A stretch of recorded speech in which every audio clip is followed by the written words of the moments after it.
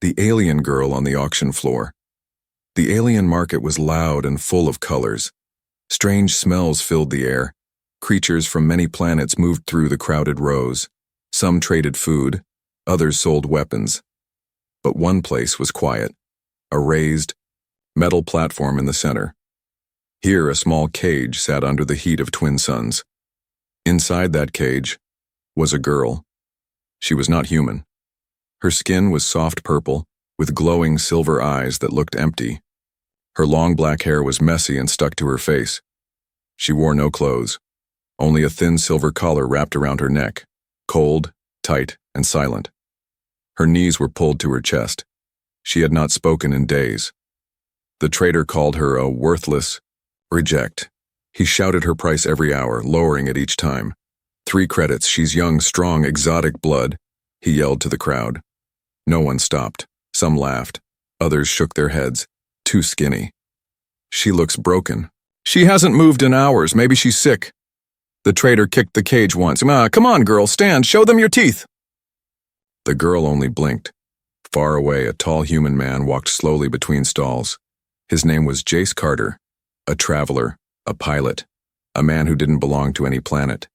He came here for ship parts, not slaves. But something made him stop. It was not the trader's voice, it was not the cage, it was her eyes. Even from a distance, he saw the girl's eyes meet his, for just a second. Then she looked away, fast. But it was enough. Jace stepped closer. Interested, human? The trader smiled, showing sharp yellow teeth.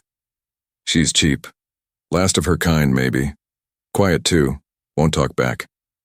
Jace didn't answer. He crouched near the cage. The girl did not look up. Her feet were dirty. Her hands were shaking. Thin scars ran down her back. She's a living being, Jace said softly. And you left her like this without even a blanket? The trader laughed. She's nothing, not worth cloth. No one wants her. Jace looked at the girl again, then reached into his coat. He pulled out a warm gray jacket, old but soft. He opened the cage slowly. The crowd nearby stopped to watch. The girl flinched, expecting pain, but pain never came. Instead, Jace gently wrapped the jacket around her shoulders. She gasped softly. Her body shook. Not from fear, but from confusion. She didn't understand warmth. She's not for free, the trader growled. You want her? Pay. Jace stood up. She's not worth what you ask, but here's what I offer. Take it or I walk away. He dropped 2 credit chips, barely enough for food, and turned. The trader cursed. But he knew. No one else would take her. No one else would pay even 1 credit. Fine. Take her. She's your problem, now. Jace stepped back into the cage. He picked the girl up gently. She was light, too light. Bones under skin. No words came from her lips. The crowd whispered, "Stupid human." She won't last a day. Why save garbage? Jace didn't look back. He carried her through the market, past cruel eyes and laughing mouths. She didn't speak. She didn't cry. She only clutched the coat tighter. When they reached his ship, he set her on a soft chair and closed the door. The ship hummed to life. He brought her water. She didn't drink. He spoke gently. You're safe now. No one will hurt you here. Still, no reply. Jace didn't ask questions. He didn't push. He only sat across from her and waited. After a long silence, the girl finally moved. She raised her eyes, her lips parted. A whisper came. Why? Jace blinked. Why? What? Why help me? The question was simple, but her voice cracked like dry leaves. She had forgotten how to speak. Jace leaned forward. Because no one else did. The girl looked down. Tears fell silently onto the jacket, and for the first time, she felt human kindness. The purchase. No one expected, the market remembered the human. 2 days had passed since Jace took the girl. The traders still gossiped. Did you see his face? He gave her a coat. Humans are strange. Weak-hearted. But Jace didn't care what they said. He wasn't there to impress aliens. He had seen pain in that girl's eyes, and pain was something he understood far too well. Inside his small ship, the girl sat quietly curled on the edge of the bed. The warm coat still wrapped around her body. She hadn't taken it off once. Her eyes followed Jace's every move, but she spoke little. Jace was careful. He brought soft food. She sniffed it but didn't eat. He poured water. She drank only. When he turned away, it was clear she didn't trust anyone, not yet. On the third morning, Jace found her staring out the window. "What's your name?" he asked, for the fourth time. This time she didn't look away. "Thyla," she whispered. He smiled. "That's a beautiful name." She said nothing. Jace walked to the control panel and sighed. He hadn't planned this. He had no idea how to care for a rescued alien girl who had no home, no clothes, no words. She was broken, but not gone. He could see the fight still inside her. But someone else had noticed her too. Jace's old friend Calric, a junk dealer with robot eyes, called him over calm. "You were seen with a Class 5 life form. High DNA signature. You sure she's nobody?" Jace frowned. "She's a girl, a scared one," Calric hissed through his teeth. "Somebody's asking around, Jace. Quiet men, not locals, not traders. Bounty hunters, maybe." Jace froze. "For her?" Calric nodded. "Yeah. Whatever you picked up, it wasn't trash." Jace ended the call and turned. Thyla was gone. The bed was empty. The jacket folded. The door was slightly open. Jace ran outside the ship. The market was still busy. The smells of alien food mixed with smoke and fuel. He searched the corners, the alleys, the shadows. And then, he found her. Thyla was standing near the cage where he had found her. Same spot. Same metal floor. She was wearing the coat. But her face was different. Not scared. Calm. Brave. Like she was saying goodbye. "You came back here?" he said, stepping close. She didn't turn. "This is where I belong." "No, it's not," he said firmly. "Why would you come back?" Thyla looked at him. "You shouldn't have helped me." "What?" "Now they'll find you too." Her words hit hard. She thought she was poison, a curse, that saving her was a mistake. But Jace shook his head. "Listen to me. You don't belong in a cage. You don't belong to them. You were never for sale." She turned slowly. "Then what am I?" Jace didn't hesitate. "You're someone worth protecting." He reached for her hand. She stared at it for a long moment, then took it. That was when they heard the noise. Heavy boots. Metallic clicking. Low voices. Someone was coming. Jace pulled her behind a stack of crates. Two tall figures in black armor passed by, scanning the market with strange red visors. "Thyla is marked," one of them said in an alien language. "She cannot hide forever." Jace's heart pounded. "They weren't just bounty hunters. They were trackers," Thyla whispered. "They put something inside me. I can feel it. I always knew they'd come." Jace looked at her. "Then we'll take it out. Or block it. I don't care." "But you're not going back with them." Her voice trembled. "Why are you doing this for me?" Jace met her eyes. "Because someone once saved me too. And now it's my turn." They made it back to the ship just in time. Jace blasted off the ground, dodging warning shots. Thyla was silent, her eyes wide as the ship soared past clouds. Once safe in space, Jace looked over at her. "You're not a burden, Thyla," he said. "You're a person. You matter." She touched the coat softly, then did something she hadn't done before. She smiled. She didn't know what. Warmth meant inside the ship. The stars outside the window blurred into long, glowing lines. Jace had switched the autopilot on. They were far away from the market now, far from the cage, far from the cold eyes that had once looked at Thyla like she was less than nothing. But the cold hadn't left her. Not yet. She sat in the small room Jace had given her. It wasn't much. Just a bunk, a soft lamp, and a folded blanket. The coat was still wrapped tightly around her body. She hadn't taken it off, not even to sleep. Jace stood in the doorway with a steaming cup in his hand. Hot chocolate, he said. Well, the ship's version of it. Thela blinked. Hot? What? Jace smiled and walked in slowly. It's warm, sweet. Humans drink it when they're cold or sad. She stared at the cup like it might explode, but she didn't pull away when he set it in her hands. She held it close. The cup warmed her fingers. Then she looked at him. Why sweet?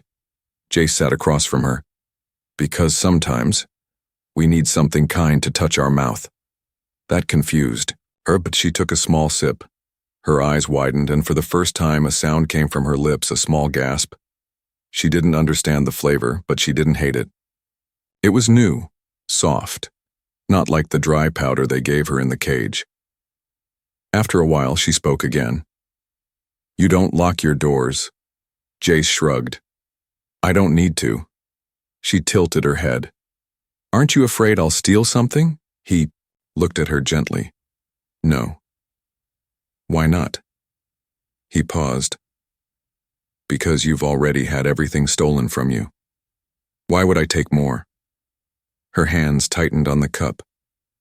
And then her body shook.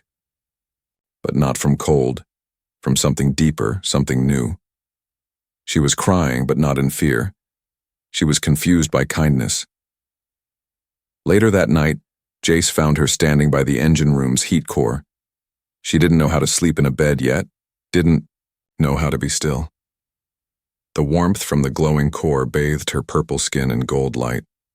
But even with warmth around her, she looked lost. Jace stepped forward. Can't sleep? She shook her head. He sat beside her on the metal floor.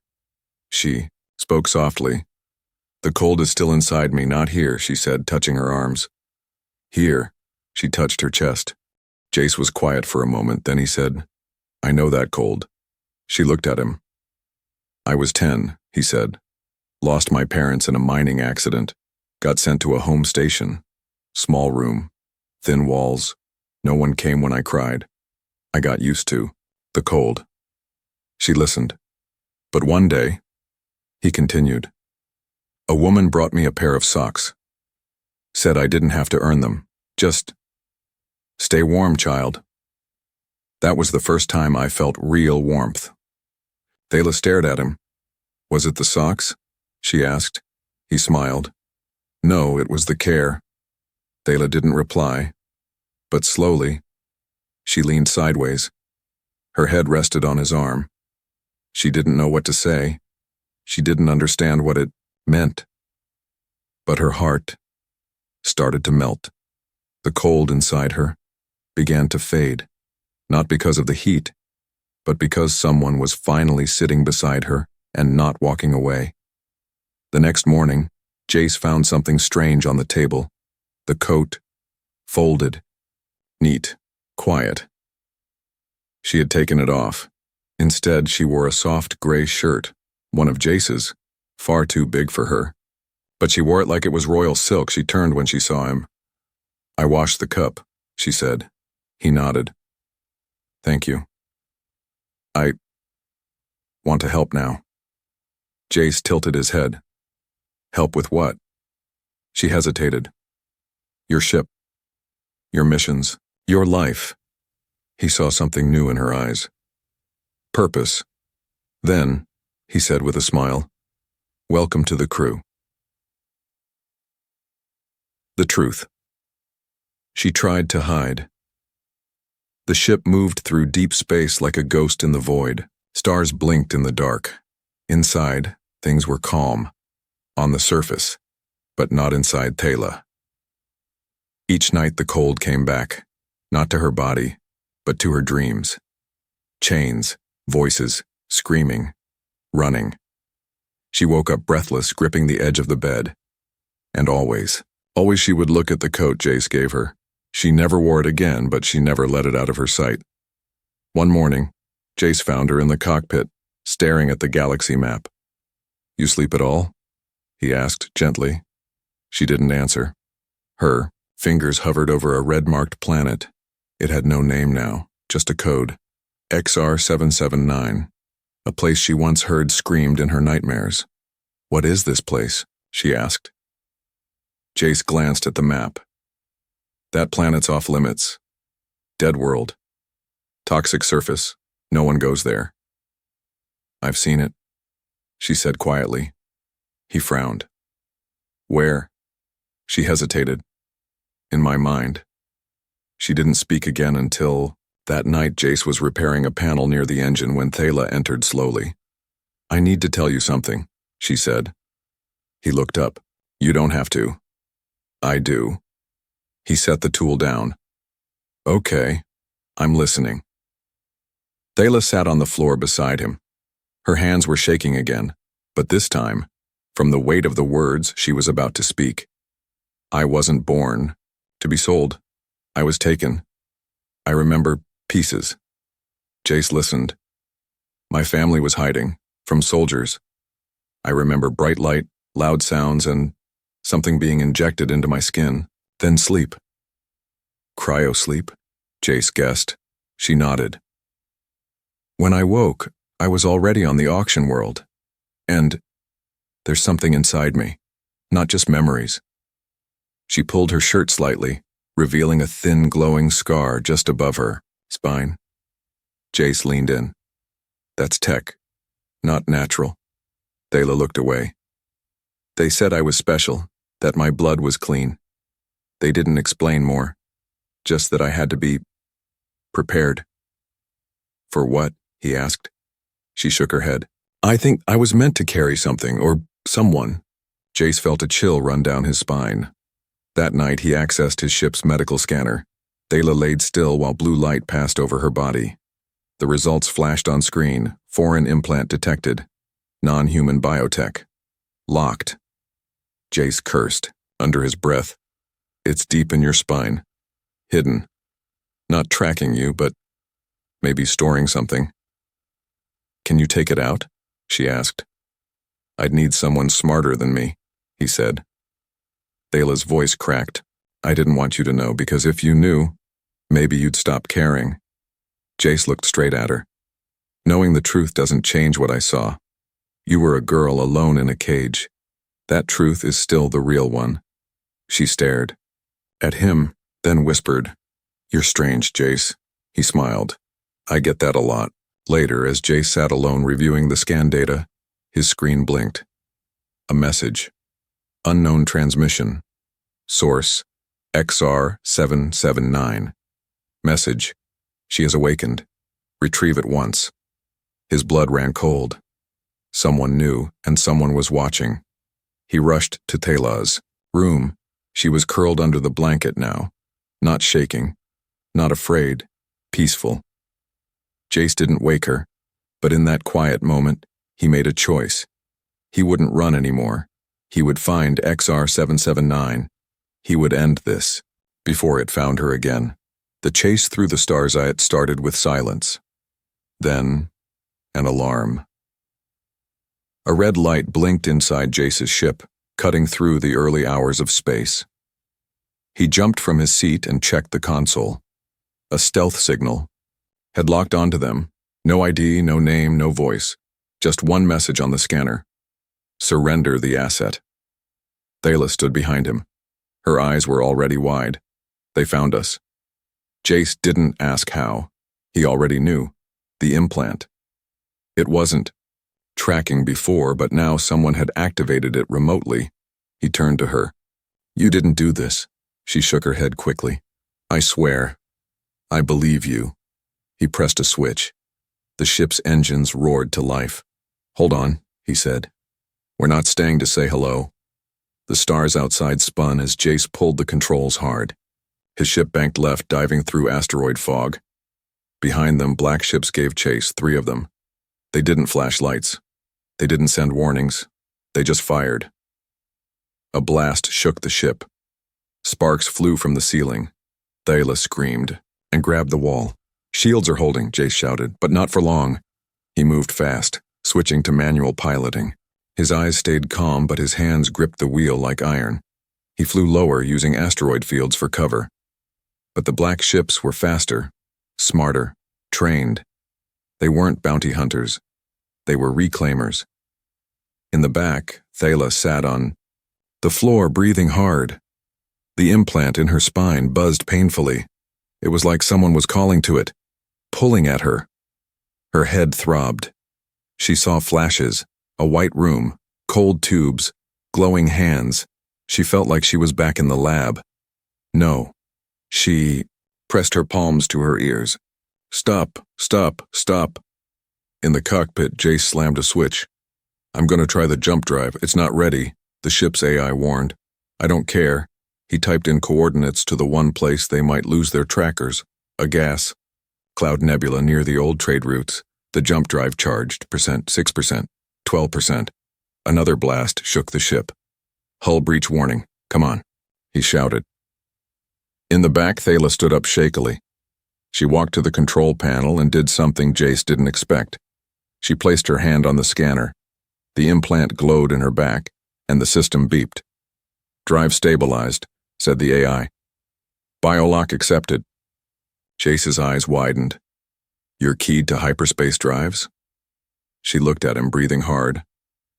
I think I was built to unlock things. Why? I don't know. Boom. A shot grazed the rear engine. The ship jerked hard, but the countdown had started. Jump in 5. The enemy ships closed in. They're arming missiles, the AI warned. 3. Thala stumbled, but grabbed Jace's arm. Chew. He looked at her. We make it through this. We find out everything, she whispered. The stars blinked, and then the ship vanished into blue light. They emerged in silence. No pursuit, no alarms, just a slow drift through a glowing cloud of gas and ancient starlight. Jace slumped. In his seat. They had made it. Barely. He turned to Thala. Her face was pale. She looked tired. Worn. You okay? She nodded. I'm used to running, but not with someone beside me. He gave a tired laugh. Well, I'm not used to being chased by black ghost ships, so I guess we're even. They both smiled weakly, but behind her eyes, the fear had returned. She knew now. They weren't chasing her because she was lost. They were chasing her because she was built to be found. The world she was stolen from. The nebula drifted outside the ship like a dream, colors shifting between blue, pink, and violet. It was silent, calm. But inside Jace's ship, things were far from peaceful. Thala stood in front of the mirror in her room. She had never seen herself this clearly before. In the auction cage, there was no glass. Only metal bars and cold eyes. No reflection, no identity. Now as she stared into the mirror, she didn't recognize what looked back. The gray shirt hung off her like a loose promise. Her glowing silver eyes were tired, but they were open, alert, alive. She touched the scar on her back and whispered, "Who am I?" Jace found her in the cockpit an hour later. I was checking the logs, he said, handing her a datapad.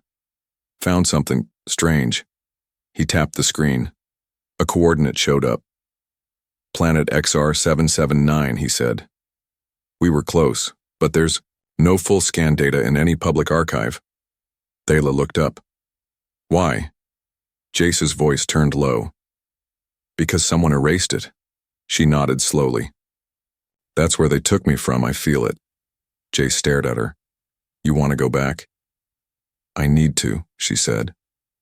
Whatever was done to me, it started there. Maybe it ends there too. Jace hesitated. He had taken jobs before that meant death. But this was different. This time he wasn't risking himself. He was risking someone who trusted him. But still, he nodded. Then we go. They reached orbit after half a day of silent travel. The planet looked dead from above. Ash-colored clouds. Burned. Mountains. Craters like scars. No cities, no movement, no light. But Thala whispered, I know this place. There was life here once. Jace looked at her. How do you know? She stared at the planet like it was part of her blood. I remember. The wind. They landed near the edge of a shattered cliff. Beneath their feet, dust rose like ghosts with every step. They walked together, Jace with his pulse rifle ready, Thela holding a scanner that hummed with a faint blue glow.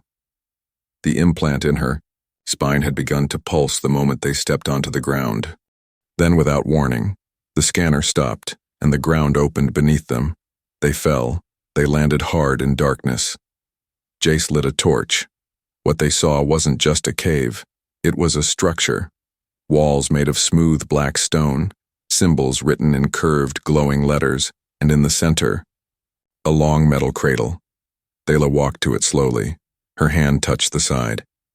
The cradle glowed, and a soft voice echoed through the air. Not mechanical, but ancient. Alive. Genetic key recognized. Welcome home, Thela of Virex. Jace blinked. Virex? Thela's knees went weak. I think that's my people. The walls lit up, images formed, like holograms made from light and memory. A peaceful city in the sky. Children with glowing skin playing in gardens. Then, fire. Ships falling from the clouds. Screams war, and finally, a baby. Placed gently into a capsule. Preserve the air, a voice said. Hide her in flesh, hide her in dust. One day, she will return. The hologram ended. Jace stepped closer. You're not just anyone. Thela was shaking. They hid me, to protect their bloodline. He nodded. You're not a prisoner, Thela, you're a key.